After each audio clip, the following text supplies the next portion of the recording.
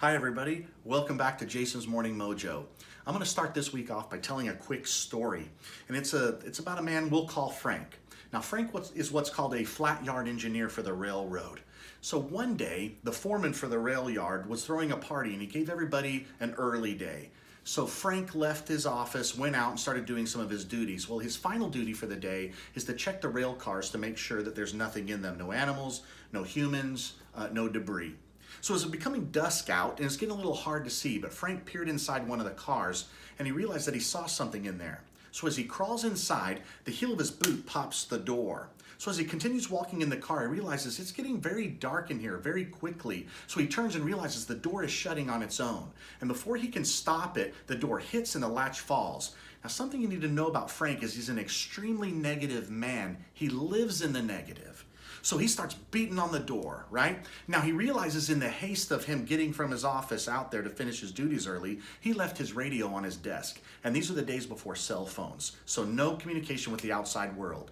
So his eyes begin to adjust a little better and he realizes it's not just a rail car, it's a refrigerated rail car. So he tells himself, oh my, if I don't get out of here, I'm gonna freeze to death. So he beats the door, just absolutely crazy, trying to get a hold of someone or have someone hear him, nothing.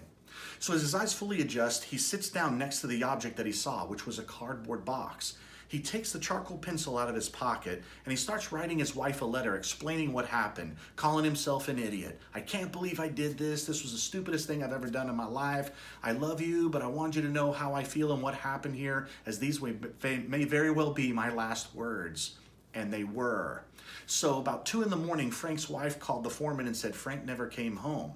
So the foreman ends up calling the rail yard and speaks to the control tower. And the tower man stands up and doesn't see Frank, but he does realize Frank's truck is still in its parking space. So he tells the foreman Frank's still there.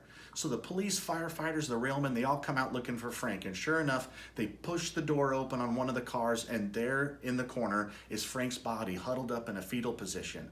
Now the coroner comes out, does an investigation, takes Frank in, and indeed the autopsy report read that Frank had died from hypothermia.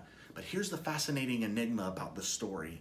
The car that Frank had crawled into had been broken for roughly 3 weeks. The temperature inside the rail car was about 2 degrees cooler than the room you're sitting in right now. But you see, Frank told himself, it is freezing in here, I will die. And his brain complied with that command. So what I encourage all of you to do is speak positively to your brain. It's an amazing instrument, right? We want to make sure that we give it those positive vibes and try to live in that positive realm. But stay tuned, because next week I'm going to tell another story on the flip side of this coin that has a much more positive and happy ending. So we'll see you again soon.